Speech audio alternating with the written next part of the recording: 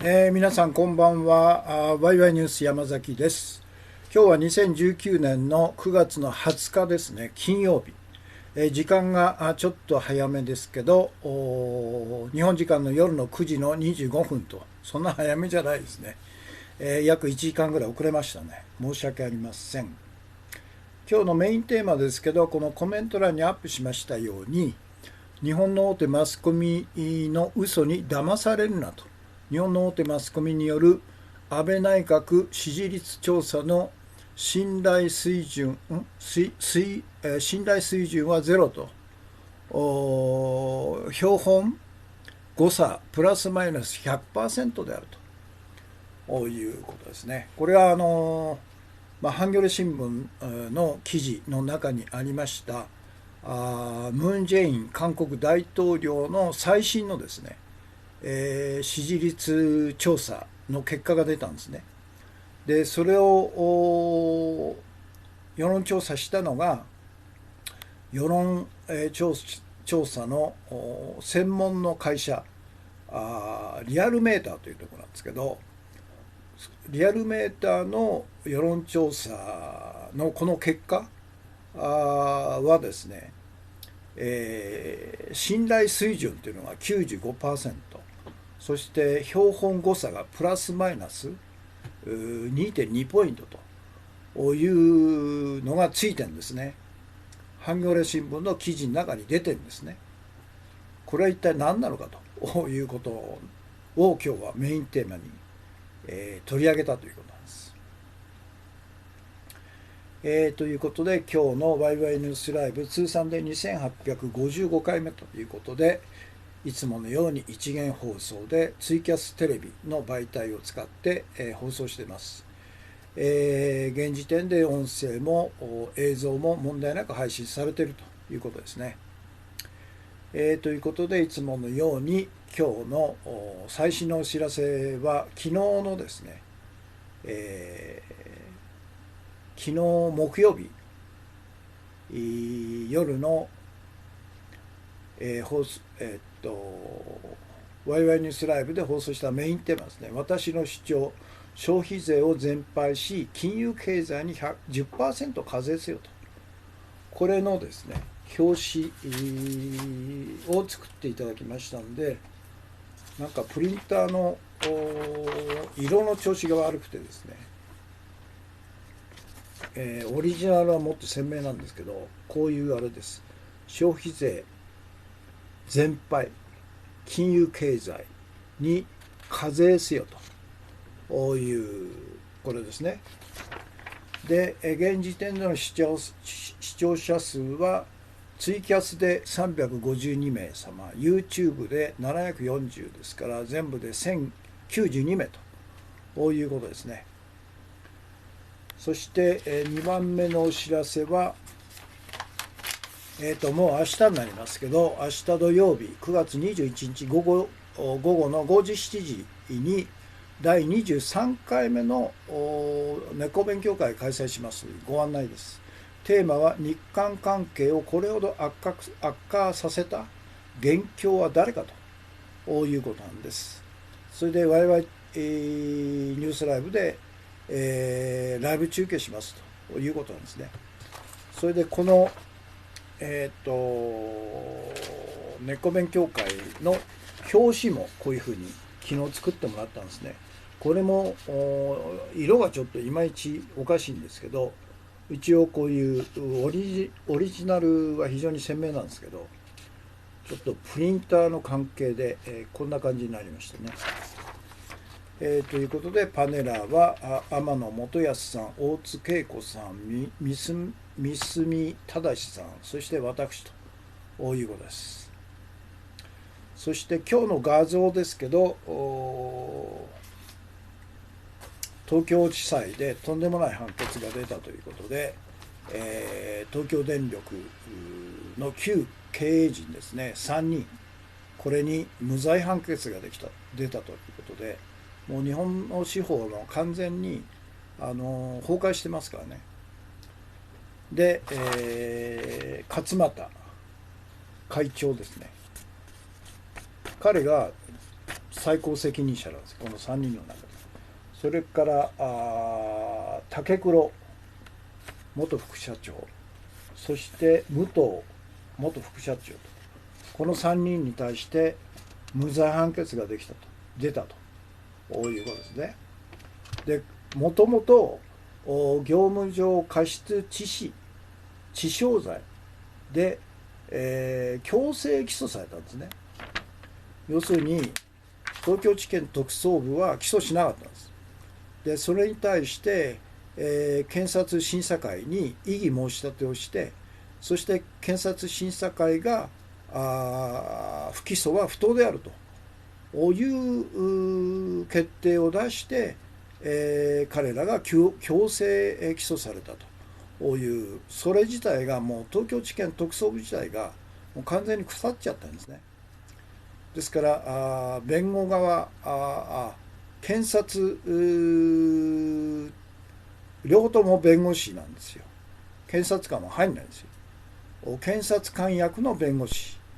それと弁護人ですね。というこれ自体がおかしいんですよね。強制起訴ということ自体がまずおかしいと。本来だったら東京地検特捜部が真っ先に起訴しなくちゃいけないんですけど、彼らは不起訴処分にしちゃったんですね。そして2つ目がこの東京地裁で、この無罪判決を出したのが長渕健一というとんでもない裁判長なんですね。こういう裁判官がどんどんできてるんですね。当然ながら最高裁事務総局の指令に基づいて無罪判決を出してるんですよ、こいつは。そして彼は出世が約束されたということでしょう。こいつですよ、長渕健一という東京地裁裁判長。そして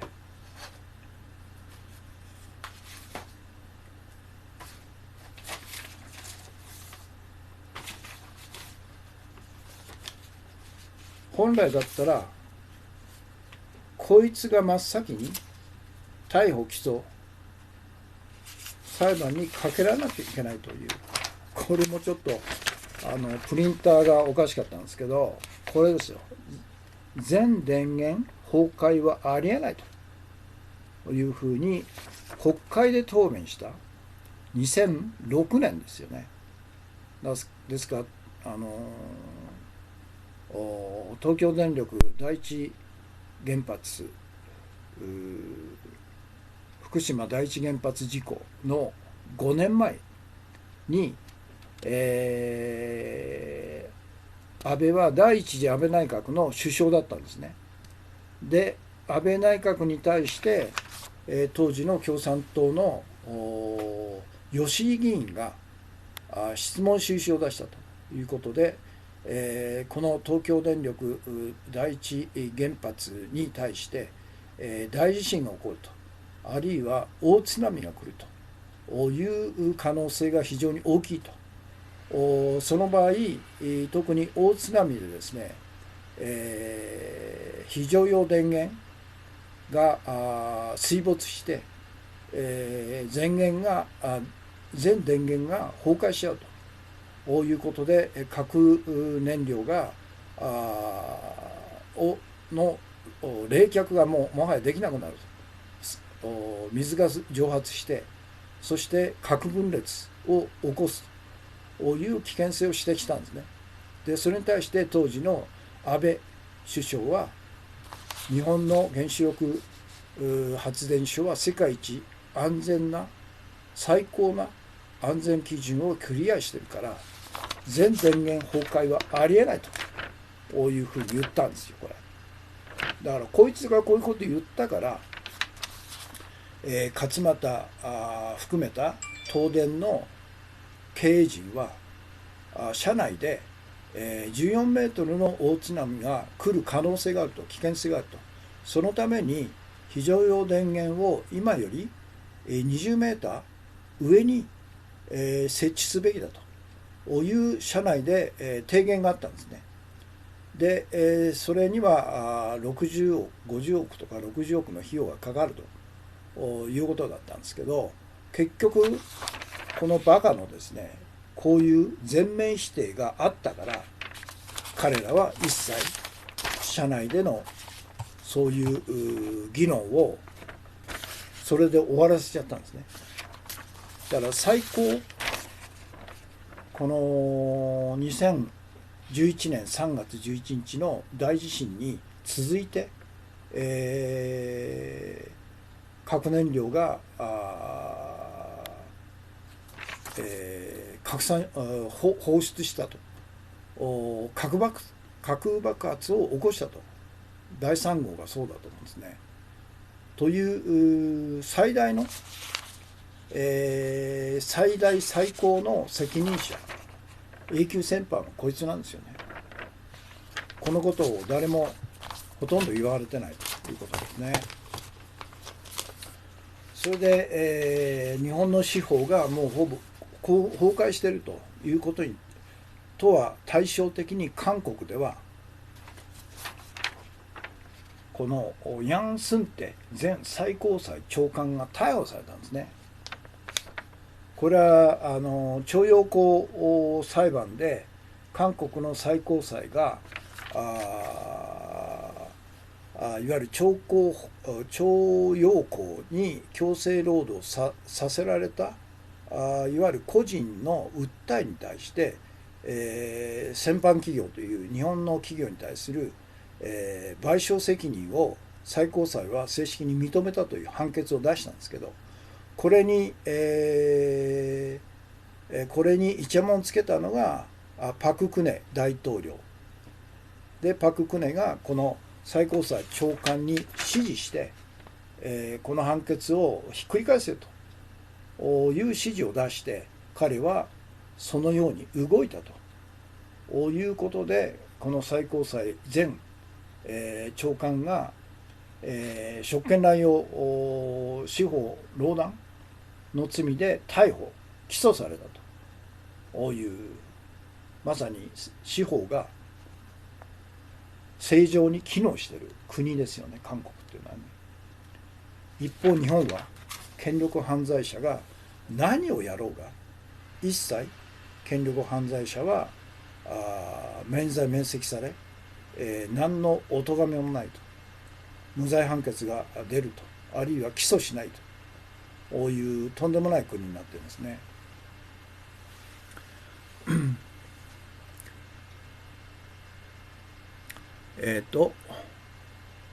勝俣の周りで人が何人も不審死しているそうですよと。アメリカと共同で核融合の研究をやっていた人物だそうですと。東電 OL も勝俣の愛人だったそうですと。OL がいましたね、殺された。新線の駅周辺で、いわゆる売春行為をしてたということで、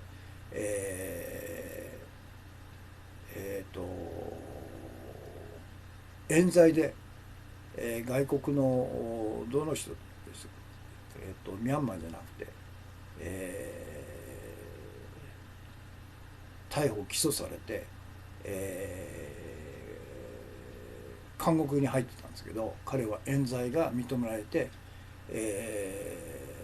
認められたんですね。この OL が勝俣の愛人だったということですかね。勝俣っていうのは本当怪しい人間ですよね、これ。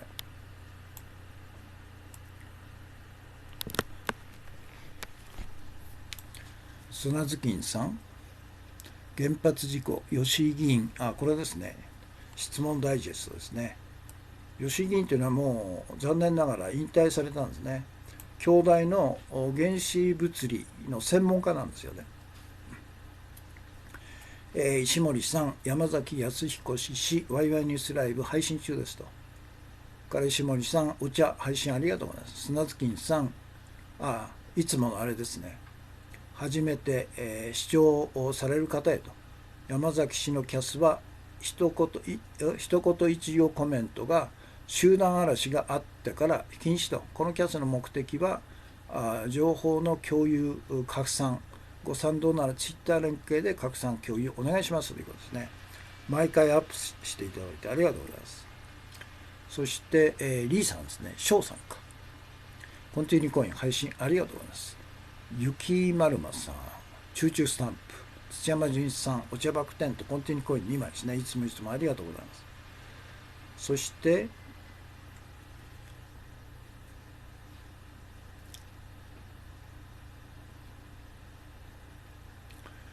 砂月金さん、2011年3月11日、東電福島原発事故の責任を問われた東電幹部3人に無罪判決と、新ベンチャー革命ですね。そしてミルキーさん、地球温暖化から環境保護を訴える少女グレタ・トゥンベリーさんはジョージ・ソロスの孫娘だというフランス語記事ということ。これありえますよね。今ヨットでニューヨークに渡って、昨日か一昨日国連で演説したみたいですけどね、世界中のマスコミが注目し国連で演説できるというのは背後にやはりジョージ・ソロスみたいな人物が背後に控えているからでしょうということで、スウェーデンの十何歳12、3歳の娘ですよね。普通だってありえないですよね。砂月金さん、今日のメインテーマリツイートしてくれましたね。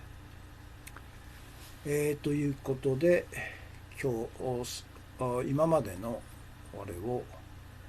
アップしますね。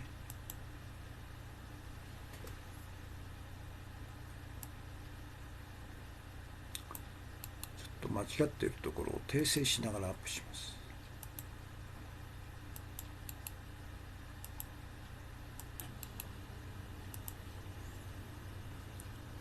昨日木曜日ですね。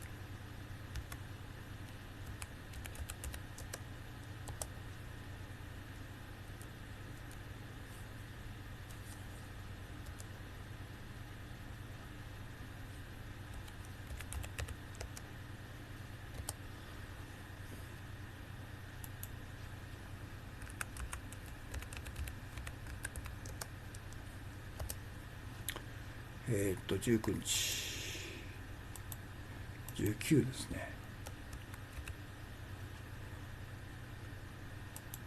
はい。そして現時点での視聴者数ですね。これが約1000名1100名さんということですね。テーマが消費税を全廃して金融経済に 10% 課税せよと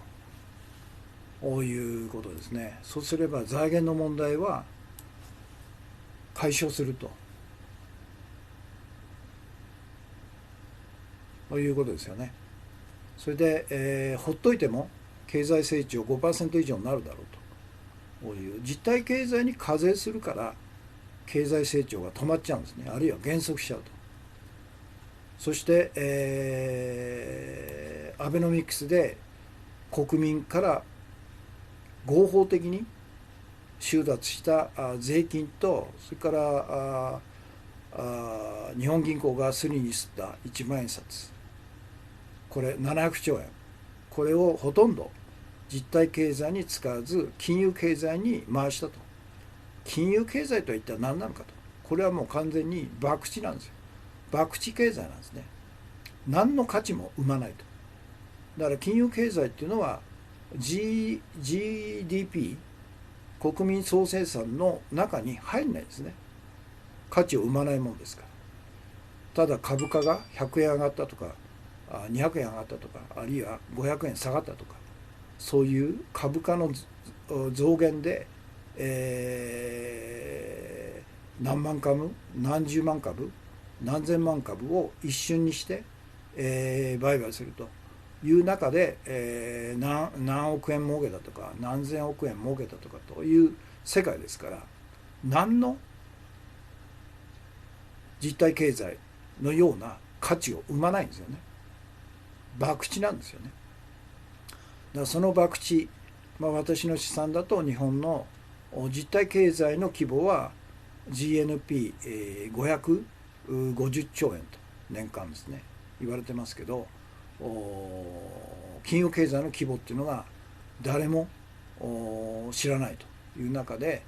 試算したら775兆円じゃないかということで、それじゃあ775兆円の金融経済に 10%、 消費税と同じ 10% をかけろと77.5 兆円の税収が生まれるということですので、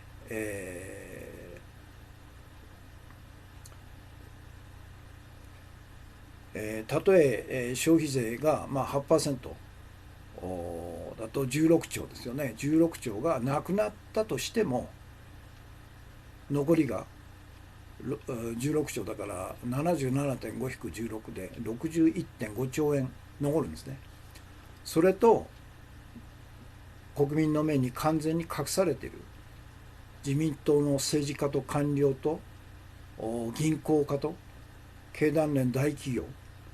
マスコミ、学者、御用学者等々の財布になっている第二の財布、特別会計と、これが200兆円規模の歳出規模がありますので、それを全容を明らかにして、ほとんどが2万4000に上るですね、いわゆる公益法人という天下り先に流れるんですよね。そして完成経済を、日本独特の完成経済にしていると。だからこれを全部切り捨てればいいんですね。おそらく100兆円ぐらいある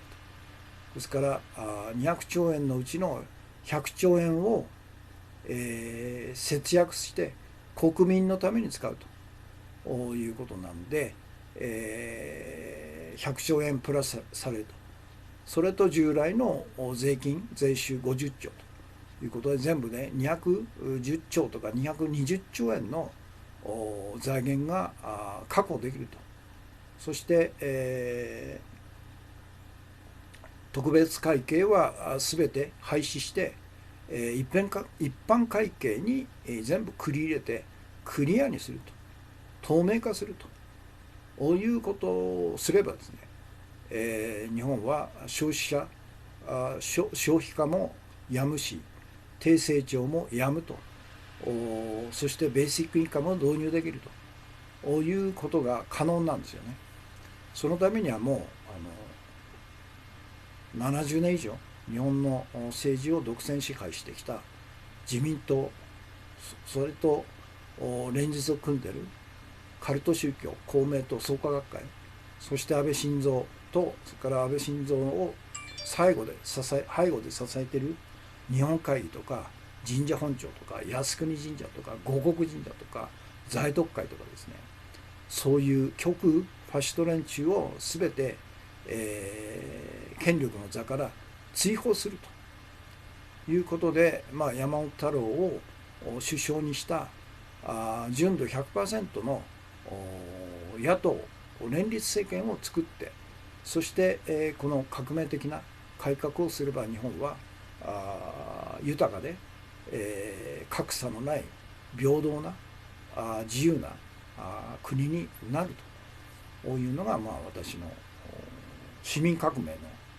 方向性なんですよね。ということです。何でしたっけ。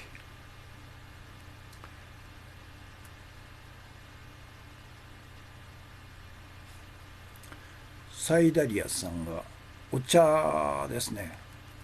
久しぶりじゃないですかね、サイダリアさん。砂月金さん、映画20世紀少年と今の状況が驚く似ていますと、勝俣君も登場と。映画があるんですね、20世紀少年という。ということで、何でしたっけ。そうか。そして明日の案内ですね。明日の土曜日の23回目の根っこ勉強会、テーマ、日韓関係をこれほど悪化させた、誰が悪化させたのかと。これは安倍晋三ですよ。こういうテーマです。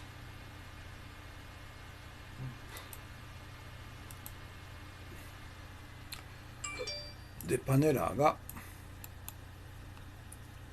いつもの4人ですね。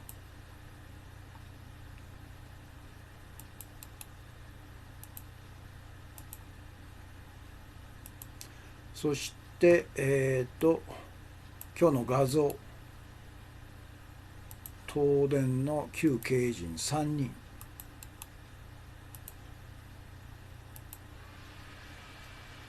そして無罪判決を言い渡した東京地裁の裁判官の顔ですね。長渕雄一、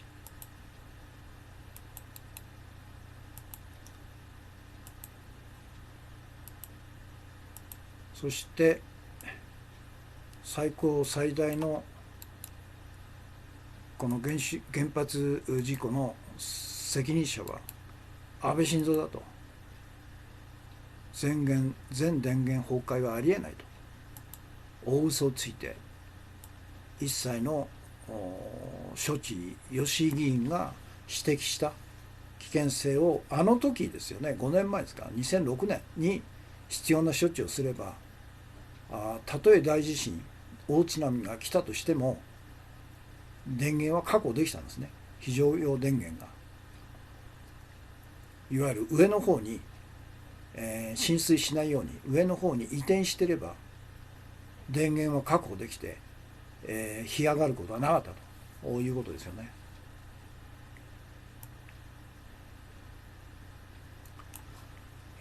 ということです。今日の画像ですね。それからそうか、4枚目が韓国では最高裁長官でさえも逮捕されるんだよということですね。そして、ヤン・スンテの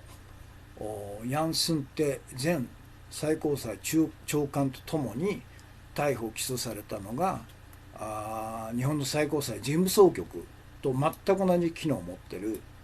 いわゆる裁判官を管理統制する事務総局というのがあるんですね、韓国の最高裁にも。そこの長官も逮捕・起訴されてるんですね。だから日本で言えば最高裁長官と最高裁事務総局総長か、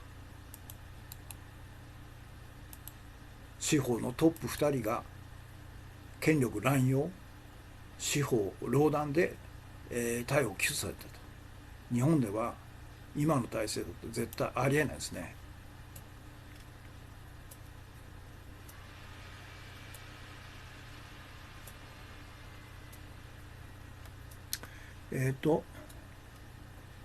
二川さん、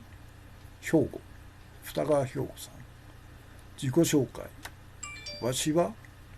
二川兵庫と申しますと、昭和53年78年生まれと、よろしくお願いしますということですか。自己紹介です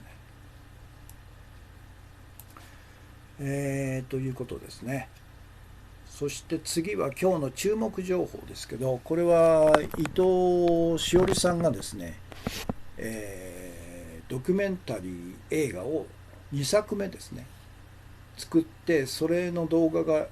ヤフージャパンで公開されたというハフポストの記事ですね。今年の9月3日付の記事ですね。ジャーナリスト伊藤詩織が描く女性器切断を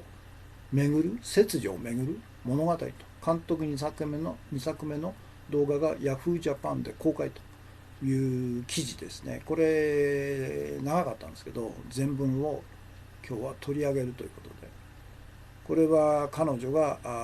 アフリカの取材で偶然知ったらしいんですけど、シエラレオネ共和国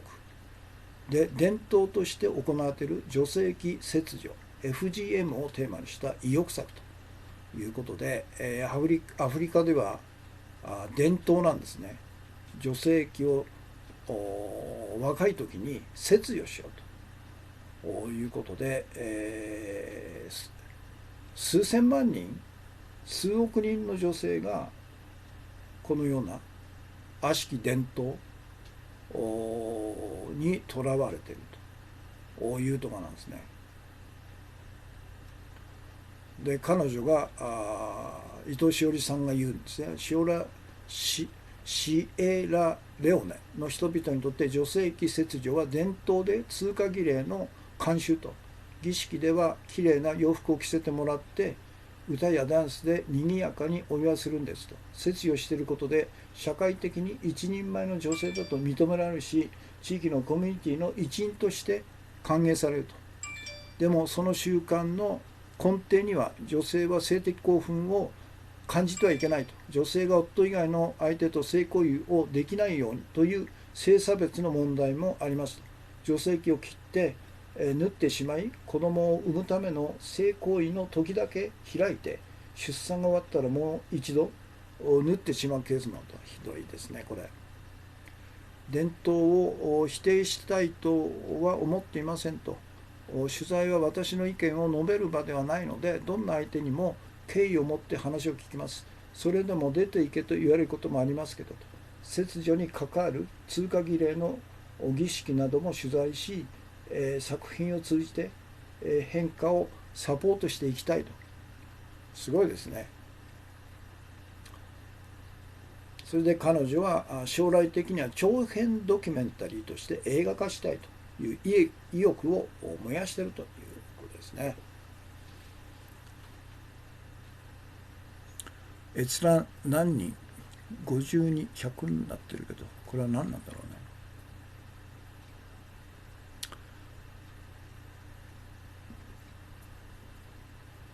恐ろしいと。まだ続いてるんですよ。初期のキリスト教も割礼してましたということですかね。ユダヤ人も今も割礼してるんじゃないですか。儀式として成人になった男性の通過儀礼として割礼が今ユダヤ教徒には行われてるんですよね。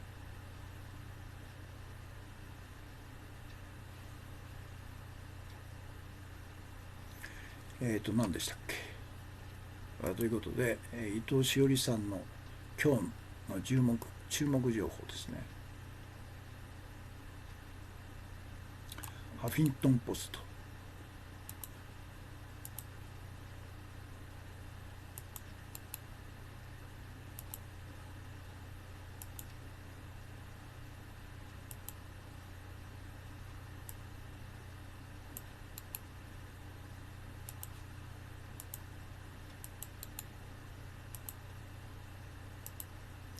ということです。で今日の朗読ですね。これはこの間ずっと読んでますジム・ロジャーズさんの「日本への警告」というこの本。今日は第23回目ですね。第2章、日本人が今克服すべき課題ということで、お金の使い方は首相より国民の方がよく知っているというところで、約3ページかなですね。読みますね。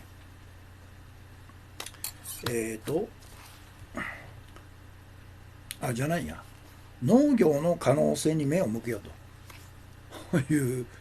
今日は23回目はそうです。農業の可能性に目を向けようというところです。世界的に農業従事者の平均年齢は上がる一方だと。日本でも農業従事者の平均年齢は約66歳と高齢で、一部の地域では農業従事者がいなくなり、空き農地も増えているという。農家の子どもたちは東京や大阪に移り住んで別の仕事をしていると。これまでのように、遅延による後継者だけに頼っていれば、日本国内には農業の担い手がいなくなり、やがて日本の農業は衰退してしまうと。しかし、担い手さえ見つかれば、競争がない日本の農業には明るい未来が待っていると。食料を生産できるというだけでかなりのお金儲けを期待でき、将来は安泰だと。ライバルが少ない今のうちに農業を始めれば、10年後15年後には農家として大成功し、ここで働かせてくださいと言ってくる人が次々と現れてくることだろうと。あなたが日本に暮らす10歳の子供だとしたら、先行きの見えない日本の大企業や公務員を目指すのではなく、農業をやることを真剣に考えた方がいいと。成功を求める意味でも、家庭、安定を求める意味でも、農業は理にかなっているのだから。とはいえ、甘やかされて教育された日本人の若者は、太陽の下で働き、汚れることを嫌うだろうと。自ら農作業を行いたくないのであれば、農地を購入し、移民を働き手として受け入れて経営することも考えられると。今、誰も買おうとしない日本の農地や農場はとても安いから、ここにやる気のある移民を読み込めば、それだけで成功することができると。もっとも日本人が動かずとも、いずれ日本に移民が増えれば、彼らが自ら農地を買って農業を営むことになるだろうと。そして職を失った日本人を労働力として迎え入れる可能性もあると。定年退職した60代の日本人も意外と体力と頭脳が有り余っているため、労働力として重宝されるだろうと。いずれにせよ、日本の農業は大きな成長産業にするには、外国人を受け入れることが必須条件ということだと。日本政府は若者や外国人を農業の担い手として受け入れる環境を整えるべきだと。並行して農家を保護する政策は撤廃すべきと考えると。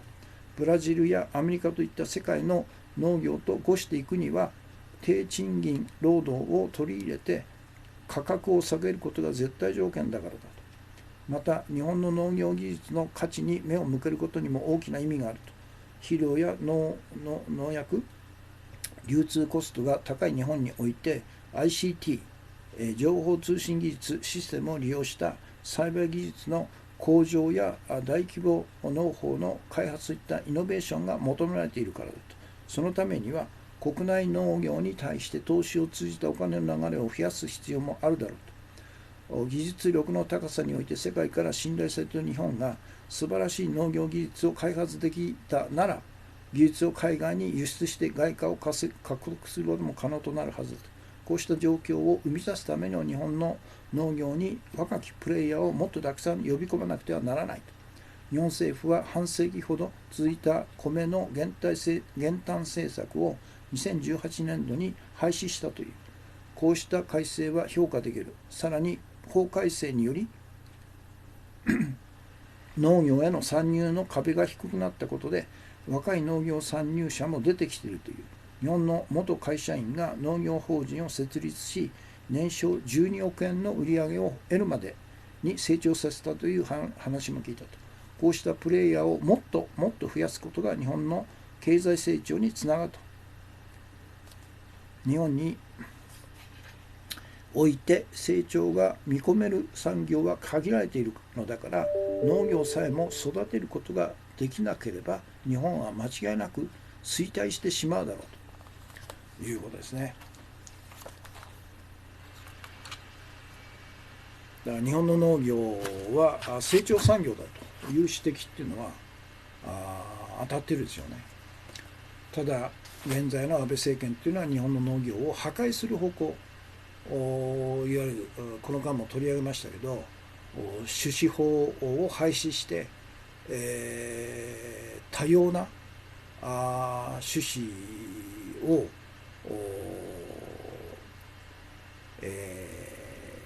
禁止すると。そして、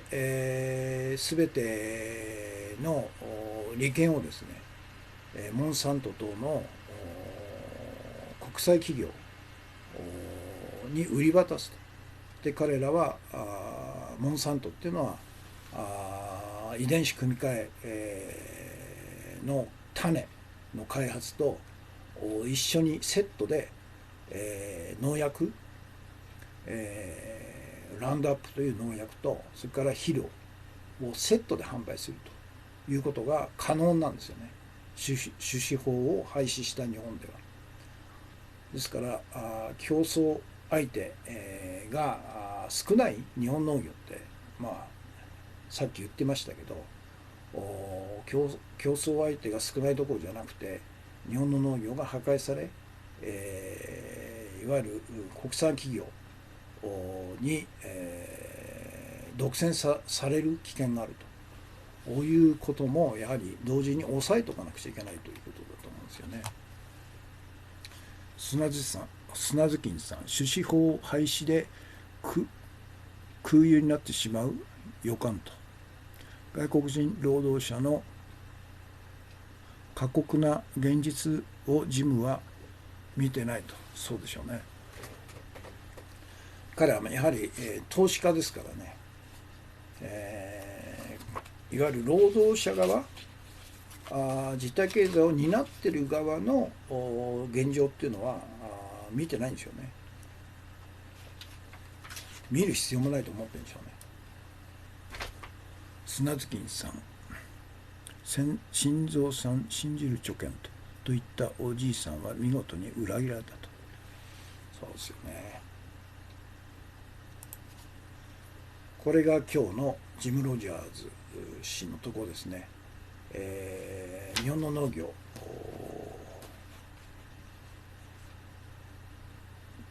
の可能性に目を向けようというところでした。現在の時間が41分38秒ですね。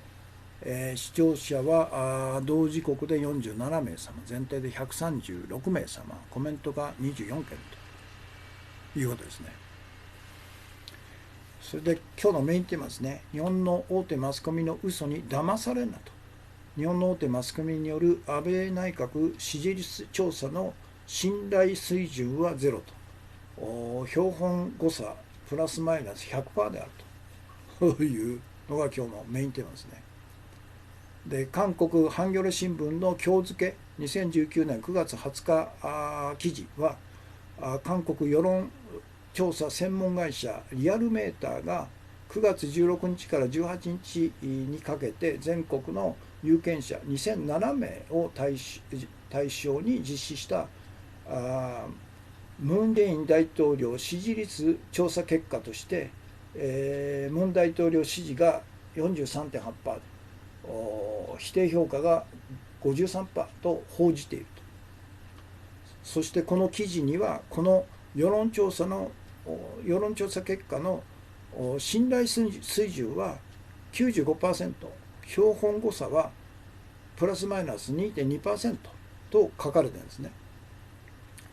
これは日本の世論調査には一切書かれてないことなんで、非常にユニークっていうか、これが世界水準でしょうね。要するに世論調査をした結果がどれほどの信頼性があって客観性があって科学的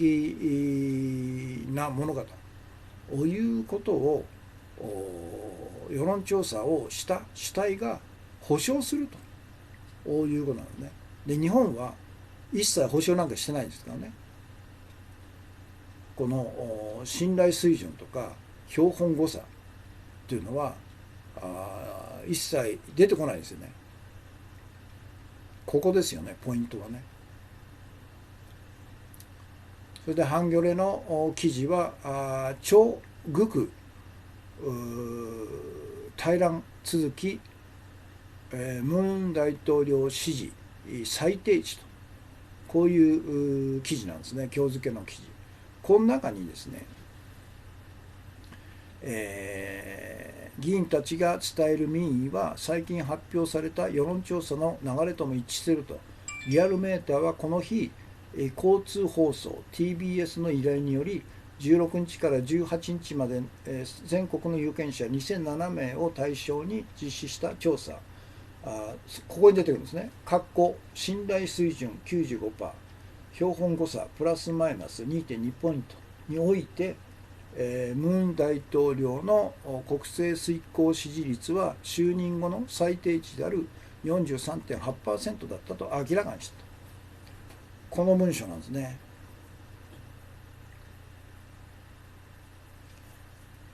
で、否定的評価も先週に比べて 3.0 ポイント上昇して 53.0% を記録して最高値を更新したと。こういう世論調査なんですね。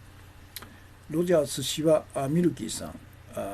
移民を解決策として掲げていますが、挙げていますが、移民より日本人が子供を埋める政策をするべきと、移民で成功している国はありませんと、欧州を見てくださいと、そういうことですよね。鋭い指摘ですね、ミルキーさん。だから要するにジム・ロジャースさんの考えの根底は、現在の安倍政権をそのままにして、安倍政権に対してこうすべきだ、ああすべきだって言ってるんですね。それで現在の安倍政権が続く限り、日本人の出生率は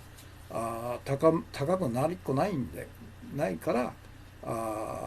人口を埋めるために移民を入れるしかないということなんですね。で、僕らは現在の安倍政権、あるいは戦後70年以上、日本の政治、行政、経済、金融、すべてを独占的に牛耳ってきた自民党政権、そしてそれに連立したカルト宗教、創価学会、公明党創価学会、彼らを権力の座から追い出すと、政権を打倒すると、政権をひっくり返すという前提で話をしてるんで、元々が違うんですよね。K さん、コンティニューコイン。私も賛成ですと。また、非常に子供を産みにくくなっているのも事実では、なかなか子供ができない夫婦が多いと。ワクチンとかの影響もあるかもしれませんと。だからそういうことなんですね。消費者の原因は一体何なのかということは、いわゆる子供を産んでも明るい将来が見えないと。そして、子供の生活、あるいは教育等々、出産費用もかさむと。そして、産んだ後、保育園の問題、学校教育の問題、等々で経済的、あるいは精神的な環境が全然整ってないんで、子供を産む意欲自体が湧かないと、こういうことなんですよね。だからそれを解決するには、現在の政権、あるいは自民党政権自体を変えないといけないと。簡単なんですよ。変えればいいんですよ。そして、国民のための政策を実行する市民革命政権を一日も早く樹立するということがことしか解決策ないんですよね。それで幸いにもその中心軸として山本太郎氏が登場したということで、これはチャンスなんですよね。今までなかった最大のチャンスでしょうね。だから彼を中心にしたいわゆる今までみたいな偽装野党、自民党出身者が中心になった偽装野党の政権交代ではなくて、本物の純度 100% の野党連立政権を樹立すると。これのモデルっていうのは韓国であり、今のイタリアですね、五つ星運動、彼らのたどってきた道を我々は何十年後の遅れですけど、今ようやくその短所につくチャンスが巡ってきたということだと思うんですね。砂月さん、 EU 諸国、旧列強は旧植民地から難民で、ニッチもサッチも行かなくなったと、そういうことでしょうね。ということです。ジム・ロジャーズさんのこういうふうな本を読みながらですね、いろんな問題点、特にいわゆる国際統治下の基本的なものの見方が分かるんですね。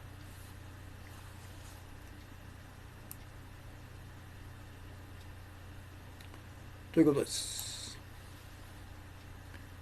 何でしたっけ。そうか。そしてハンギョレの新聞の記事、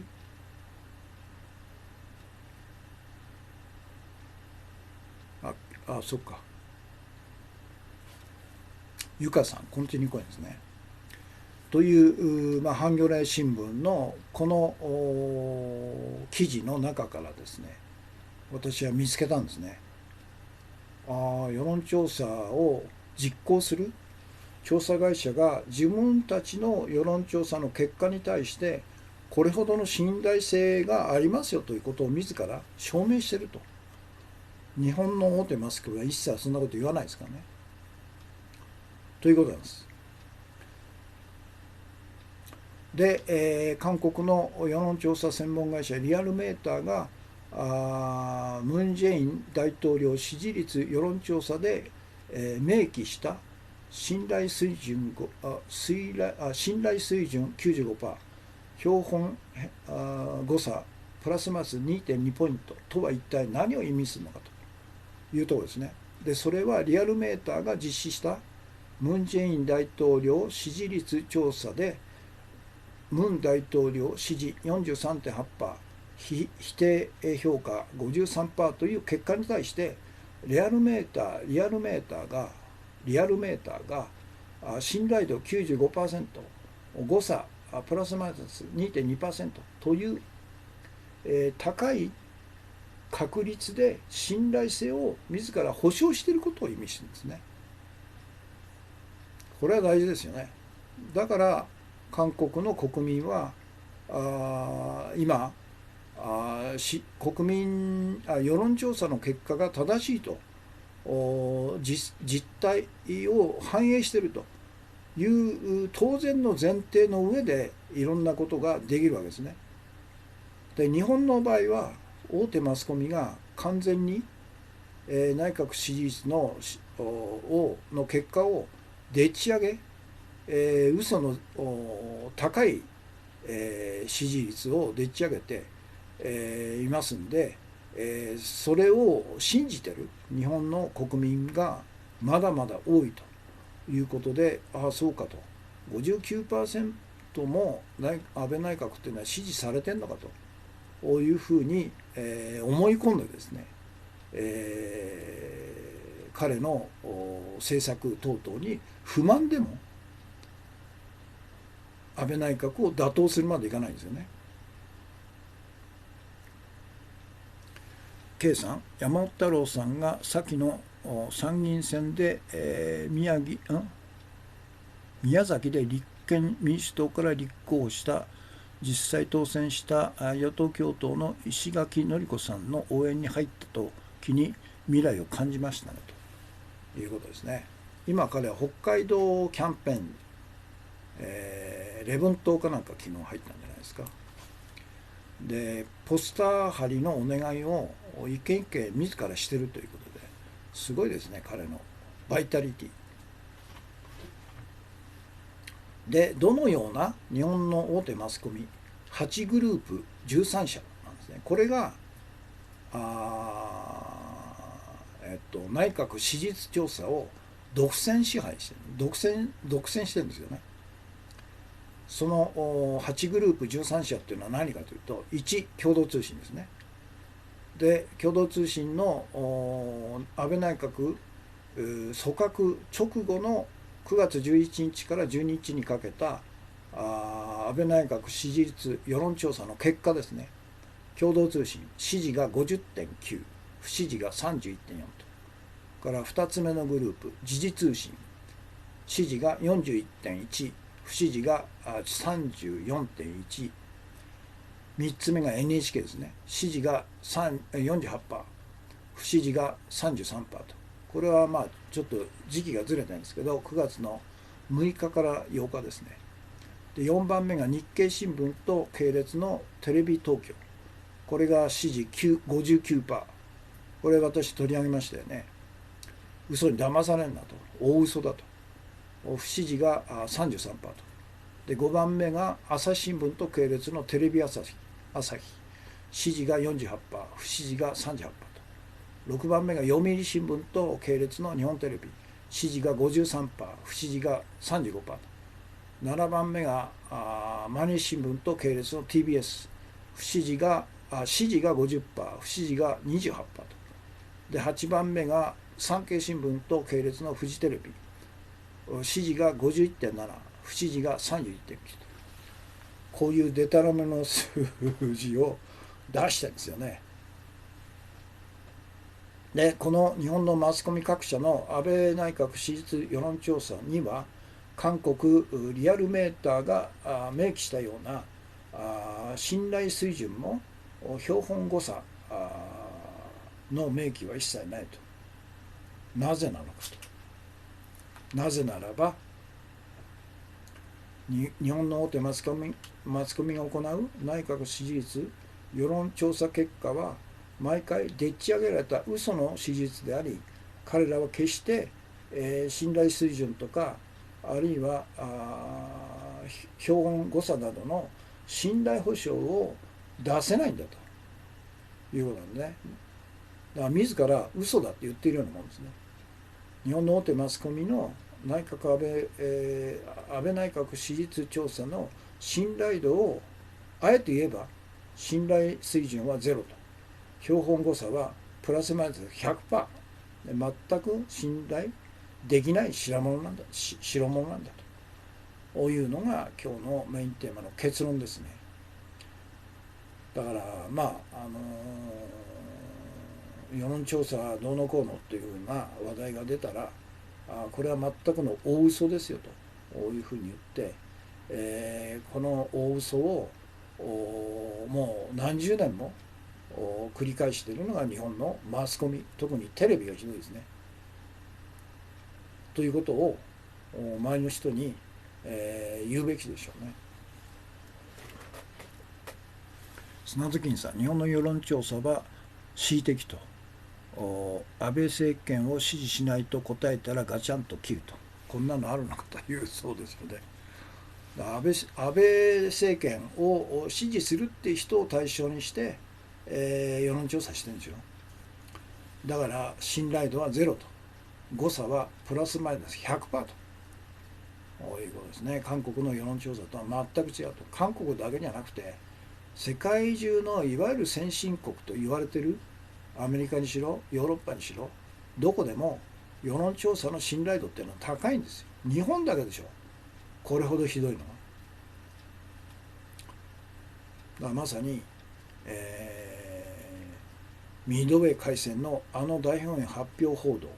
全くの真逆の報道を国民が信じて提灯行列までしたと。あれが段階で、戦争をやめていればですね、日本が降伏していれば、その後の悲惨な320万人アジア太平洋諸国民5000万人が死ぬことはなかったんですね。1946年6月ですよ。で日本は空母6艘のうち4艘が沈没させられて、将兵3000人が殺されて、戦闘機飛行機が300機、破壊されたと。それを敵空母2艘撃破、アリュシャン列島をも含めた東太平洋を制圧したと、勝ったという発表を大本営がして、それをそのまま垂れ流したのが日本のマスコミなんでね。そのことを一切戦後反省も謝罪もしないと、そのまま全く同じようなことを現在繰り返して国民を再度騙しているというのが現在の日本の大手マスコミ8グループ13社でしょうね。ということで今日のメインテーマ、今59分ですね。それじゃあ今日のポイントをアップしますね。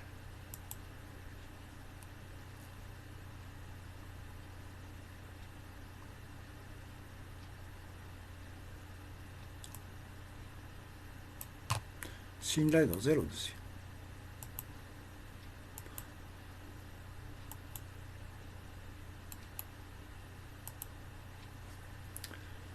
文句があるなら自民党独自の世論調査を公表してみろと言いたいですねと。そうですね、自民党は唯一正確な世論調査をしてるんですよね。電通でしょ。電通使って。だからおそらく5%から10%しかないっていうのは分かってるんじゃないですか。で、韓国ハンギョレ新聞がムン・ジェイン大統領支持率世論調査を実施したと。実施した結果を今日付のハンギョレ新聞の中で報告してるんですね。でこの記事の中で言われていること、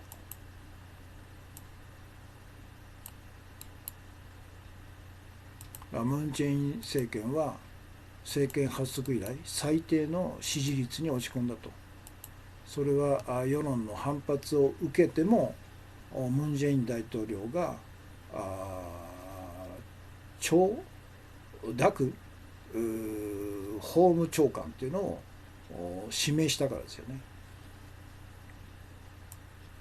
その結果猛烈な逆風が吹いているという記事なんですけど、その猛烈な逆風が吹いているという世論調査の結果だけでなくて、この世論調査を実行したリアルメ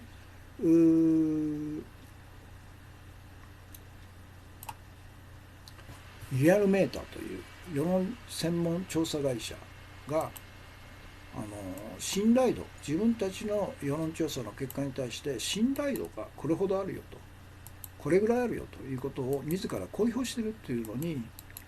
私は注目したんですよね。95%、誤差、標本誤差、プラマイ 2.2%ということはものすごい高い確率で信頼できるということを自ら宣言してるんですね。でこれがハンギョレ新聞の URL です。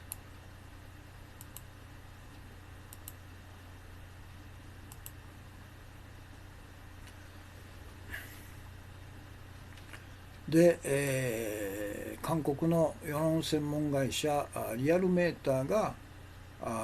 大統領支持率調査で、明記したこの信頼水準 95%、標本誤差プラスマイナス 2.2 ポイントという一体どういう意味を持つのかということですね。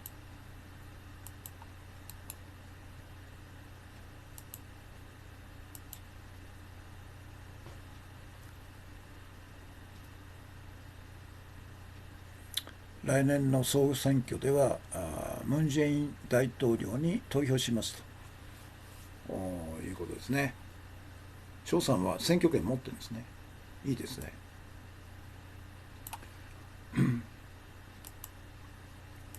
でそれはリアルメーターが実施したムン・ジェイン大統領世論調査で、支持率 43.8、非支持率 53% という結果に対してリアルメーターが信頼度、これだけ信頼性がありますよということを自ら保証してるってことなんですね。だから信頼できるんですよね。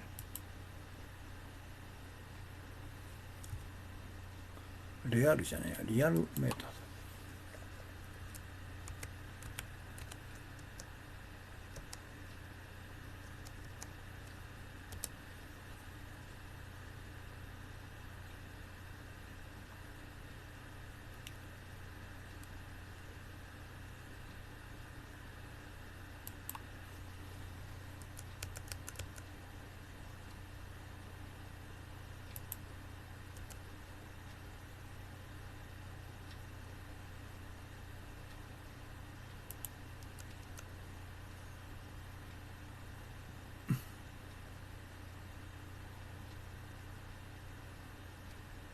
マイナス2。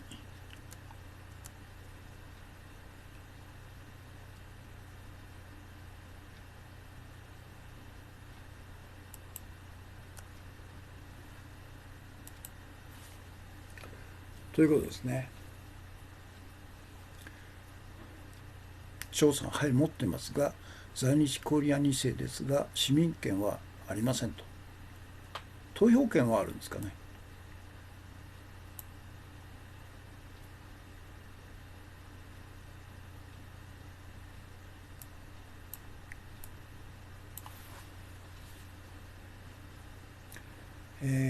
ということですね。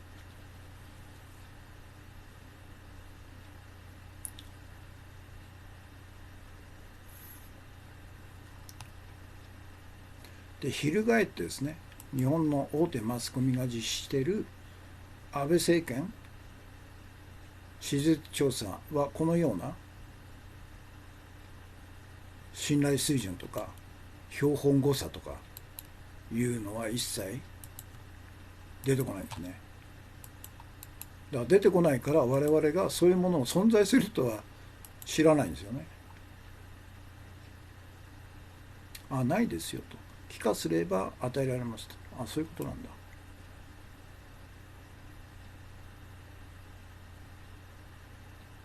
いや、私の聞いたのは韓国での大統領選挙とか総選挙に投票する権利を投票権を持ってますかということなんですね。日本に帰化すれば、まあ、日本の投票権というのは与えられますけどね。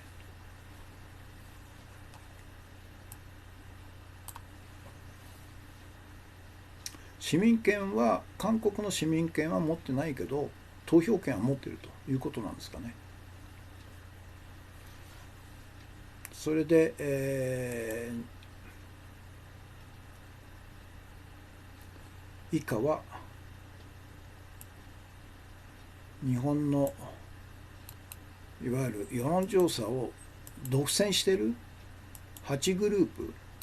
あ、そういうことなんだ、翔さん。8グループ13社の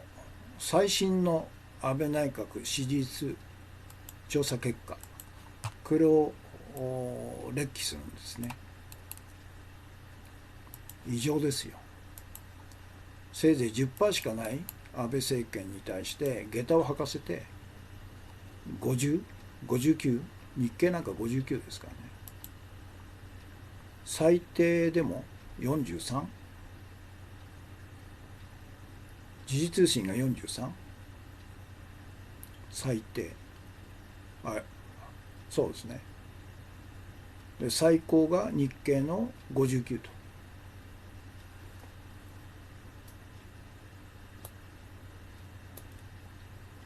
俺的には 1% 未満と。まあ 1% ってことはないでしょうね。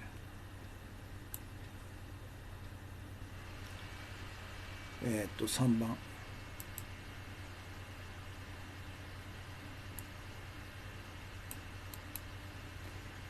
この8グループ13社っていうのが日本のマスコミの最悪の舞台ですよ。それに電通ですよね。背後に隠れてる電通。電通が仕切ってんでしょ。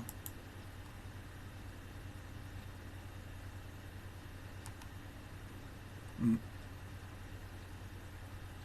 なんか出てこないね。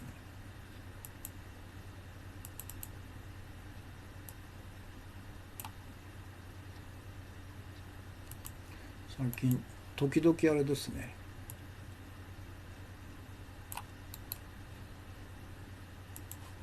アップしても出てこない時があるんですね。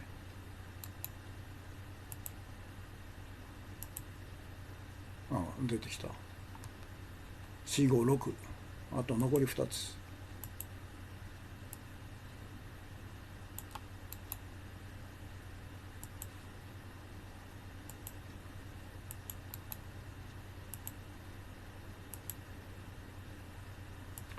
ということですね。でこの日本のマスコミ各社の安倍内閣支持率調査には韓国リアルメーターが明記したような信頼水準も標本誤差も一切明記されてないと。それはなぜなのかと。それは数字自体がイカ様だから信頼度なんていうのは信頼度数なんて書けないんですよね。ロアルメーターじゃない、リアルメーターですね。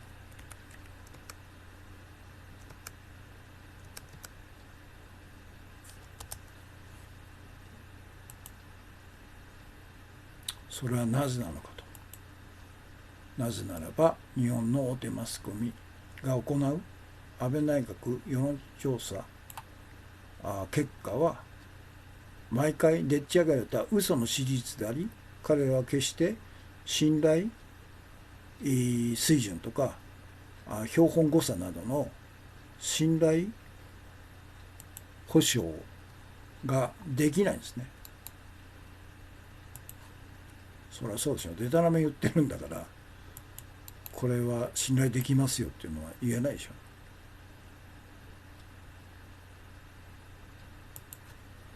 出せないんですよ。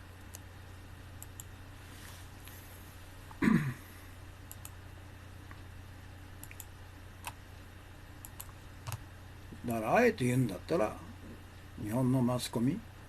の世論安倍内閣支持調査の結果っていうのは信頼水準ゼロ、標本誤差プラマイ100%と全く信頼できない代物だということですよね。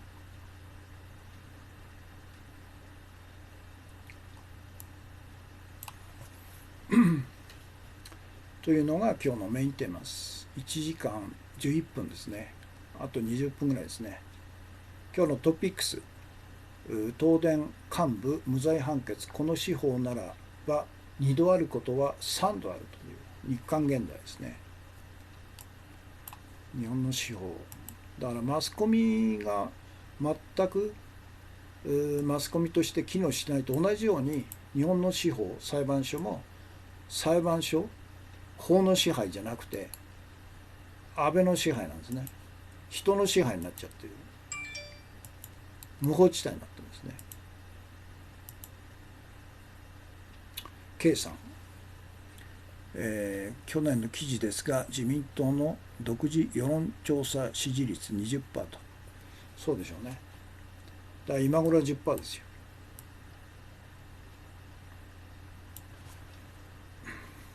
日刊現代ですね。から2つ目、千葉被災者から怒りと悲鳴、支援金わずか13億という冷酷、日刊現代。安倍がこの7年間でばらまいた、海外へばらまいた支援金が120兆円という中で千葉の被災地に対して支援金が13億円というのは一体何なんだということですよね。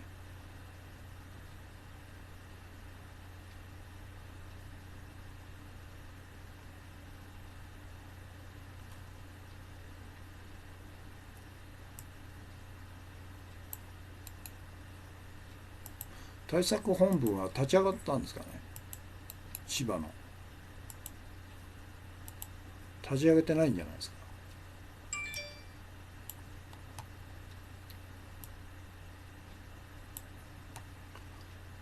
そして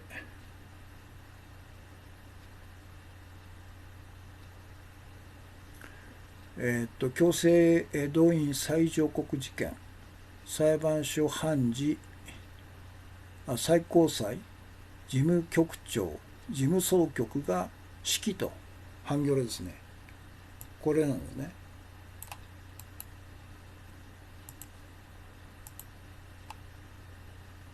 だから最高裁長官の指示で最高裁事務総局が動いて最高裁の判決を覆そうとしたと、あるいは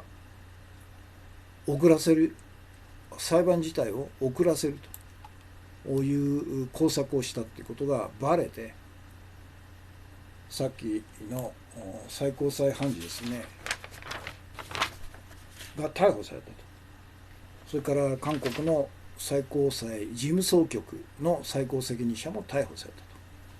いう、これがまあ法が支配するまともな国ですよね。日本は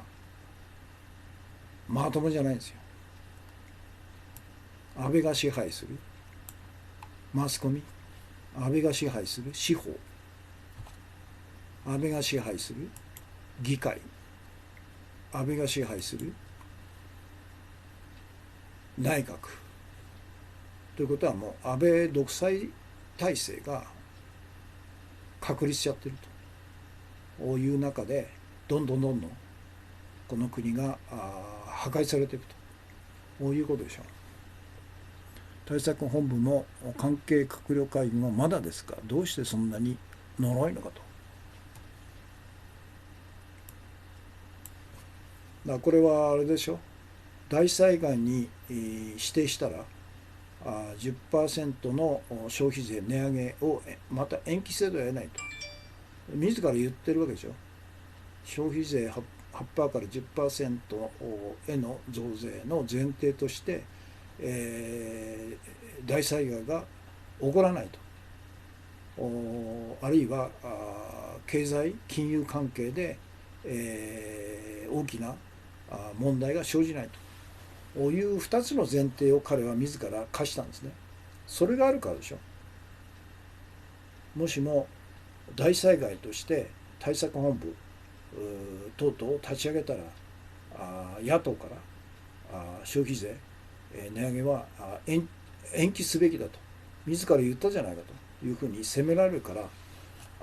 立ち上げないでしょ。そして13億円しか支援金を出さないと。要するに彼にとってはできるだけ大災害ではなくて小さな災害でしかないというふうに見せたいんでしょうね、彼は。それほどまでに政治的冷酷な人間なんですよ。で、4番目、パク・クネ、強制徴用事件、赤っ恥かかぬようにせよと指示と。もともとはパク・クネ、大統領からの指示があって、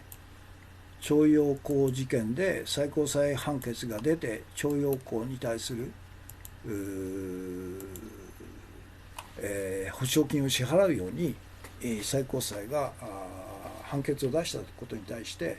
どうにかしろというふうに指示したんですよ。そして最高裁判事が動いたと、最高裁事務総局が動いたということなんですね。そのことが権力犯罪として追及され、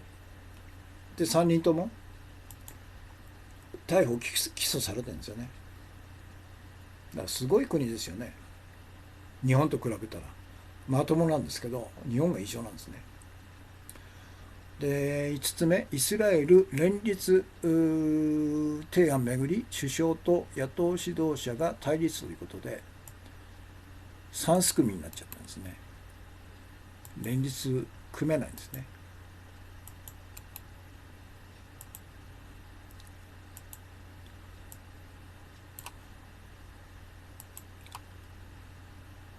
そして今日の重要情報ですね。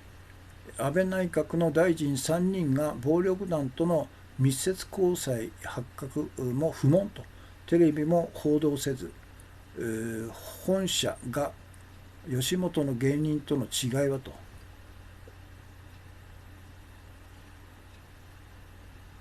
これそうですよね。吉本の芸人が13人、いわゆる社会的、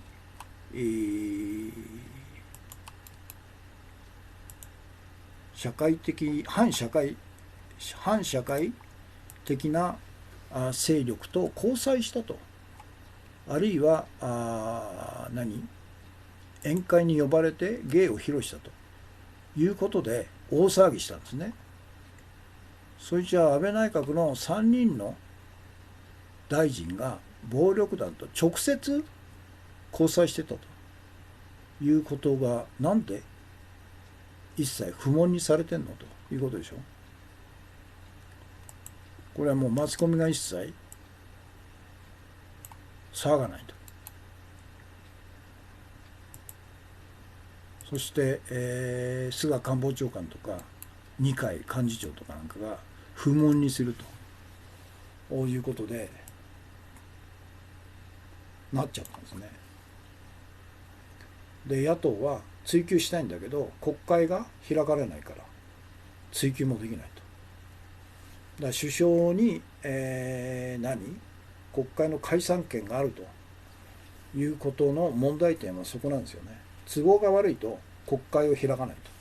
と、国会を、召集しないという権限を天皇の名において、内閣総理大臣に与えちゃったことがこのような問題を起こしてるんですよね。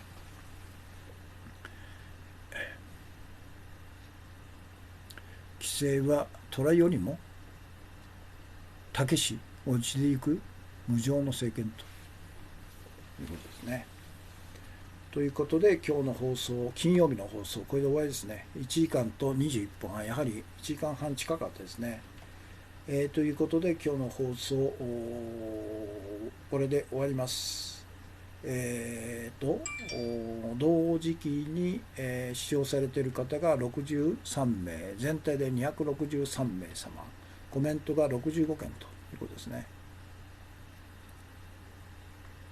K さん、山崎さんのキャスは前に嵐があったので一行コメントはツイッターと連携取ってくださいと。バッテンを入れて広めるためですということですね。ということでお疲れ様でした。たくさんのコメントとたくさんのコンティニューコインとたくさんのギフトですねいただきました。ありがとうございました。ということで明日土曜日は土曜日曜日放送はお休みですけど、土曜日午後7時から5時から7時